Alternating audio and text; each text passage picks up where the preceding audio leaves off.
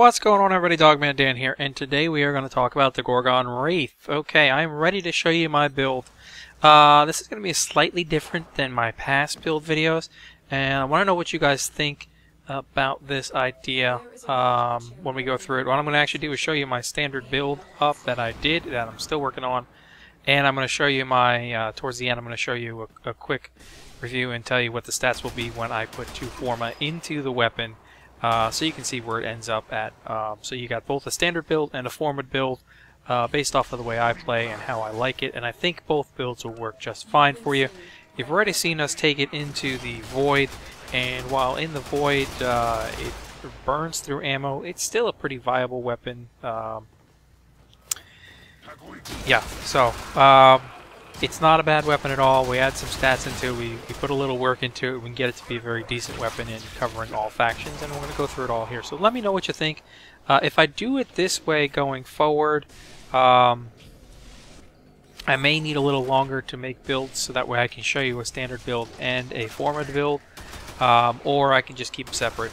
So tell me what you guys think in the background, in the bottom. In the comments at some point. But anyway, we got about 8 minutes here. Let's talk about this, and let's start it off right now with the basic stats. We know the basic stats on this GORGON WRAITH, and we're only going to focus on the GORGON WRAITH at this point. We know it's a little bit better than the original GORGON, but let's focus on the WRAITH.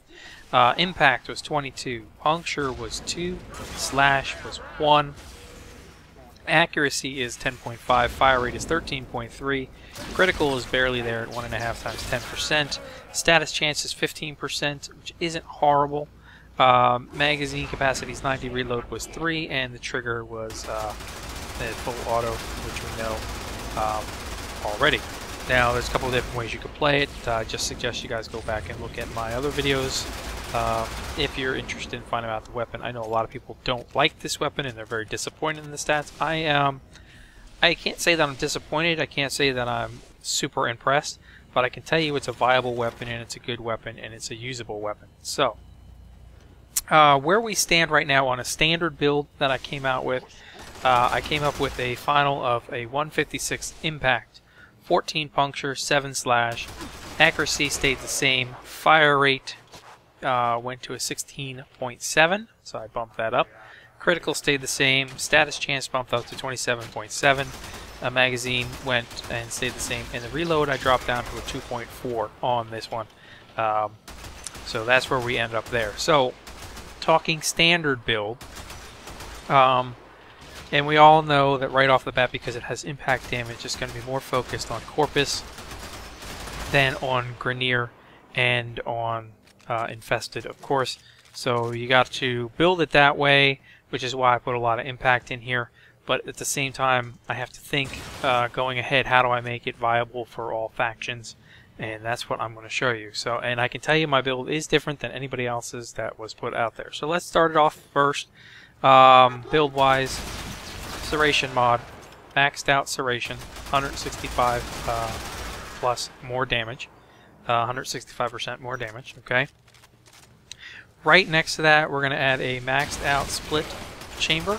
Okay, 90% multi-shot, so pretty much doubling those shots that we're putting out. So, I mean, you could say it's 90 in the round, but you're pretty much shooting about 180. Actually, it's more like 160 shots in one clip. But, yeah, let's not get too technical, okay? On top of that, to add a little more bonus damage, because if you just have the Serration and split chamber, you're looking at about 120. So what we want to do is we also want to add in a Rupture mod, which is an additional impact damage card. So you're going to max at 30%. That's going to bring you up from the 120 damage that you would have to the 156, making it even more effective. A lot of people have missed out on that mod from what I can see, so you want to get that in there to get as much base damage as you can on that impact. It's not really going to do too much of effect. It does bring up that Puncture and Slash, and that's helpful. Trust me, it is helpful. The numbers don't look great. Don't always go by the numbers. It is helpful. But you don't want to put a Puncture and Slash card in there because they're going to do nothing for you. They add like 1 point of damage. So don't even bother with that.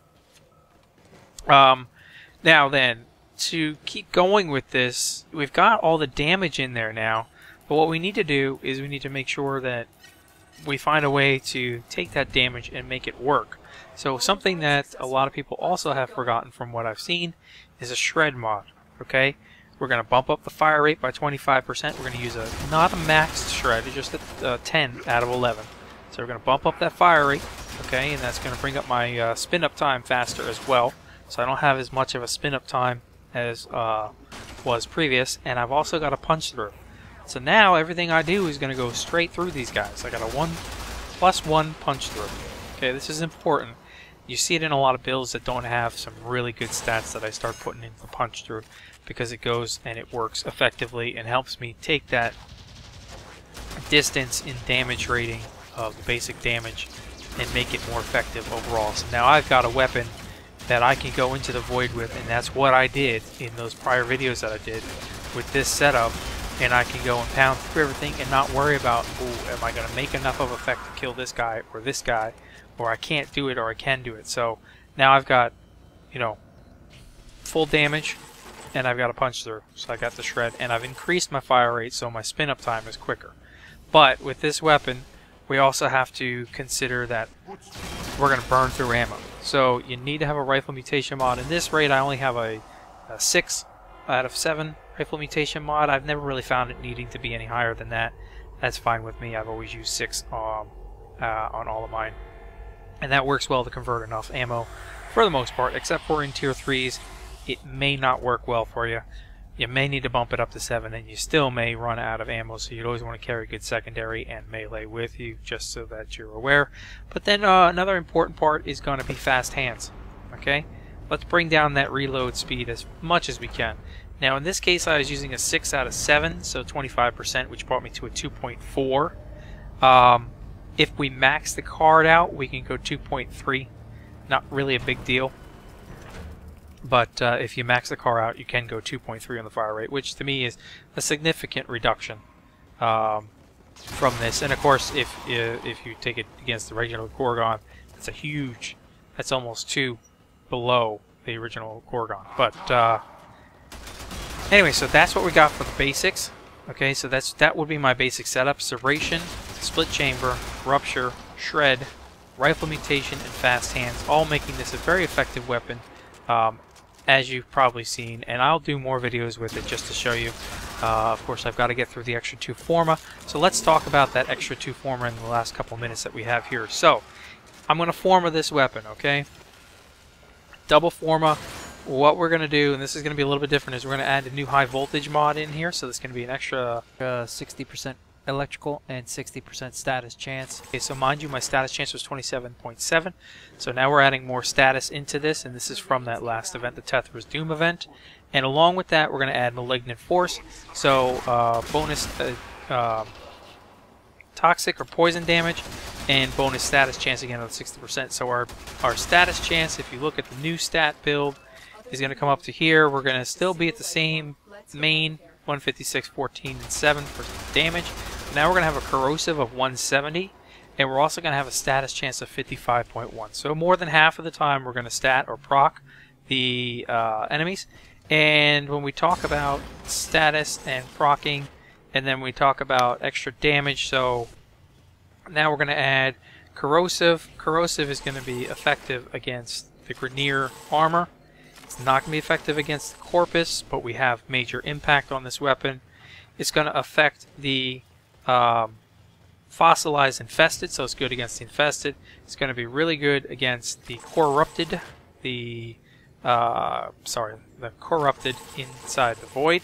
And so we've now made a decent weapon that can cover in elemental and damage and is feasible to run everywhere. So hopefully this build worked for you. I'll show it right on the screen. This is the full final build with 2 Formas in it is what it'll be. Hopefully this works for you. Do give it a try. Please do hit that like button, comments, and subscribe below, and I'll catch you guys in the next episode. Thank you very much for watching. We'll see you soon.